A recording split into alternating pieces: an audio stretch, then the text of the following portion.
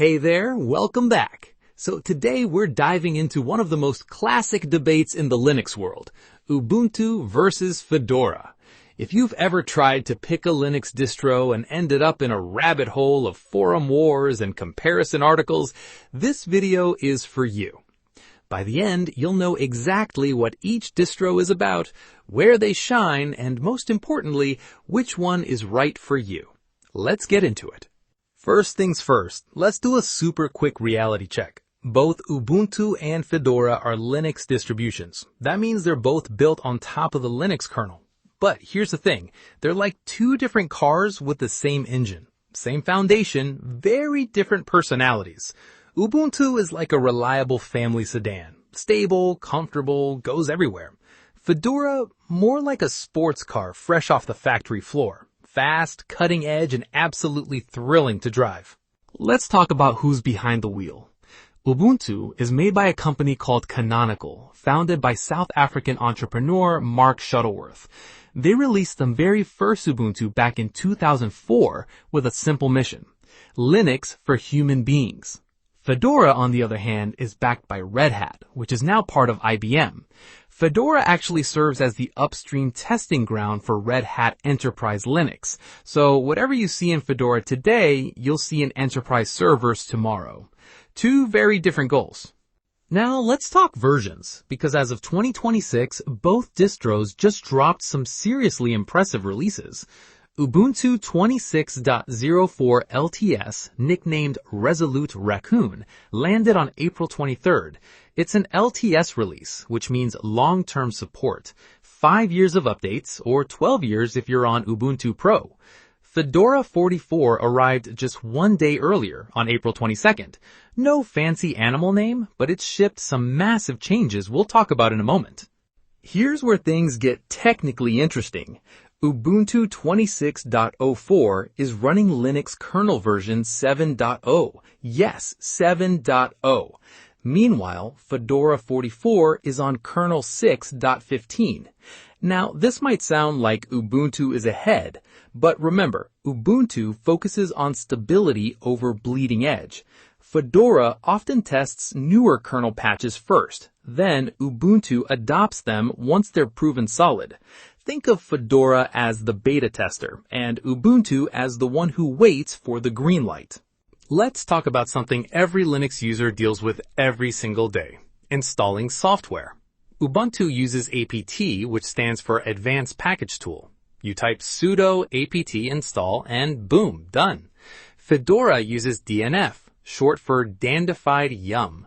And in Fedora 44, they fully switched to DNF5, a complete rewrite in C++ that is 2 to 3 times faster than the old version.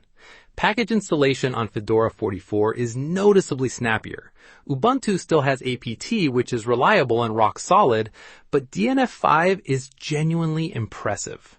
But wait, there's another packaging layer we need to talk about. Ubuntu loves snaps. Snaps are containerized apps that work across all Linux distros. Ubuntu even ships Firefox and Chromium as snaps by default. Some people love this because snaps auto-update and run in a sandbox environment. Others, not so much. Snaps can be slower to launch and can take up more disk space. Fedora takes a different approach. It favors Flatpak via FlatHub for desktop apps and traditional RPM packages for system software. Flatpak is generally faster and more popular with developers. Today's video is sponsored by Abacus AI Agent, your all-in-one AI in one place. Build full-stack apps, websites, and SaaS platforms just by chatting with AI. No code needed. You can even integrate Stripe payments and set up hosting, databases, and authentication, all in one click. Need deep research reports with charts, graphs, and data analysis? Abacus AI Agent handles it all. Create professional presentations with AI-generated content and visuals. Automate your social media posting and routine tasks with scheduled AI agents. Access all the top AI models: ChatGPT, Gemini, Claude, and Grok, plus image and video generation with Nano Banana Pro, Kling 3.0, and Seedance 2.0. All this for just $10 a month. Check out Abacus AI Agent. Link in the description. Now let's pull up the desktop experience. Both Ubuntu and Fedora ship GNOME 5.0 as their default desktop environment. But here's the subtle difference. Ubuntu's GNOME is customized with their Yaru theme, a bottom dock, and various tweaks to make it feel more familiar to Windows and Mac users. Fedora ships what's called Vanilla GNOME, the pure upstream version, exactly as the GNOME developers intended it. If you want GNOME as designed, Fedora is your distro. If you want a more polished, beginner-friendly GNOME, Ubuntu's the pick. Speaking of desktop, let's talk about something huge. The display server debate is finally over, at least in Fedora. Fedora 44 made history by completely removing the X11 session. Wayland is now the only display server in Fedora's flagship GNOME edition. That's a bold move. Ubuntu 26.04 also defaults to Wayland, but it keeps X11 as a fallback for compatibility. This matters because Wayland is more secure and handles high DPI screens much better, but some older apps and NVIDIA setups still prefer X11. Security is a really important topic, and here both distros take different approaches. Ubuntu uses AppArmor, a security framework that defines what each application is allowed to do. In 26.04, they went even further, replacing core tools like sudo with Rust-based reimplementations called sudo.rs. Rust prevents entire classes of memory bugs. Fedora uses SE Linux, Security Enhanced Linux, which is even stricter by default.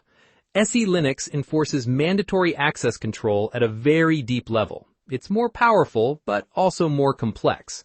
Ubuntu's approach is friendlier for newcomers. Fedora's is preferred in security-critical environments. Now here's something really exciting about Ubuntu 26.04. Canonical has positioned it as the operating system for the AI era. They're calling it Agentic AI Ready. What does that mean? Native NVIDIA CUDA and AMD ROCOM support right in the official repositories. No more hunting for drivers or adding PPAs. If you're building machine learning models, running local AI agents, or working with GPU compute, Ubuntu 26.04 just made your life significantly easier. This is a huge deal for developers and researchers. Let's talk release cycles, because this is where the two distros feel fundamentally different.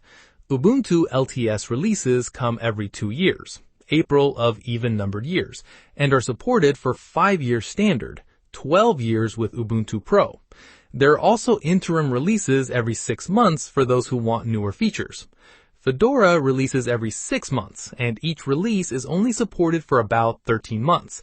This means Fedora users update more often. It's not a problem. It's just a different philosophy. Stability versus freshness. Who actually uses these distros? Ubuntu dominates the cloud. AWS, Azure, Google Cloud, all of them offer Ubuntu as a primary image. It's the most popular Linux distro for servers worldwide. If you're deploying web apps, databases, or containers, you're almost certainly encountering Ubuntu. Fedora is the go-to for Linux kernel developers, system programmers, and enthusiasts who want the latest GNOME and KDE features months before anyone else gets them. Oh, let's not forget KDE fans. Fedora 42, released in late 2025, elevated KDE Plasma to a full edition status, putting it on equal footing with the GNOME edition. So if you prefer KDE's more customizable Windows-like desktop, Fedora now officially supports it at the same level as GNOME. Ubuntu has a KDE flavor too, called Kubuntu, but it's a community spin, not an official canonical product.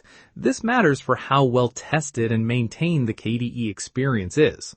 Let's talk performance numbers, because benchmarks in 2026 told an interesting story. Fedora 44 boots approximately 25% faster than Ubuntu 26.04. Fedora's idle RAM footprint sits around 1.7 gigabytes, while Ubuntu idles at around 2.3 gigabytes. A big chunk of that difference comes from Ubuntu's Snapdaemon and its heavier default service set. For older or lower spec hardware, Fedora actually runs leaner, but on modern machines with 16 or 32 gigs of RAM, you honestly won't notice. Now let's tackle the big installation and beginner question. If you've never used Linux before, Ubuntu is almost certainly the better starting point. The installer is polished, documentation is extensive, community support is massive, and the Snap App Store gives you easy access to thousands of apps. Fedora is also beginner-friendly compared to distros like Arch, but its shorter support cycle means you'll be upgrading your whole system every year or so, which can be intimidating if you're just getting started. Let's zoom out and ask, what about the enterprise world? Ubuntu has deep relationships with cloud providers and ships with optimized images for every major cloud platform. Canonical offers paid support, Landscape for fleet management, and LivePatch for applying security fixes without reboots. Fedora, being the upstream for RHEL, is used by developers who want to build skills directly transferable to Red Hat Enterprise Linux environments, which powers a massive chunk of enterprise infrastructure globally. Here's a fun way to think about it. Imagine you're a chef. Ubuntu is a professional kitchen. Everything is organized, the tools are proven, nothing breaks mid-service, and you can focus on cooking. Fedora is a test kitchen. You get the newest gadgets, you experiment with the latest techniques, but you accept that sometimes things need adjustment. Both are great kitchens. Which one you prefer depends entirely on what kind of cooking you want to do. So, Ubuntu or Fedora, which one should you choose? Here's a simple decision framework. Choose Ubuntu if you want maximum stability, long-term support, cloud deployment, AI and ML workloads, or you're new to Linux. Choose Fedora if you want bleeding-edge software, the latest kernel and genome features, you're a developer targeting RHEL environments, or you just love living on the cutting edge. Both are excellent. Neither is wrong. What an incredible journey we just took through two of Linux's greatest distros. From package managers to display servers, from AI readiness to enterprise deployments, Ubuntu and Fedora each represent a different vision of what Linux can be. The best part? You can try both for free. Download them, spin up a virtual machine, and see which one feels like home. The Linux world is yours to explore.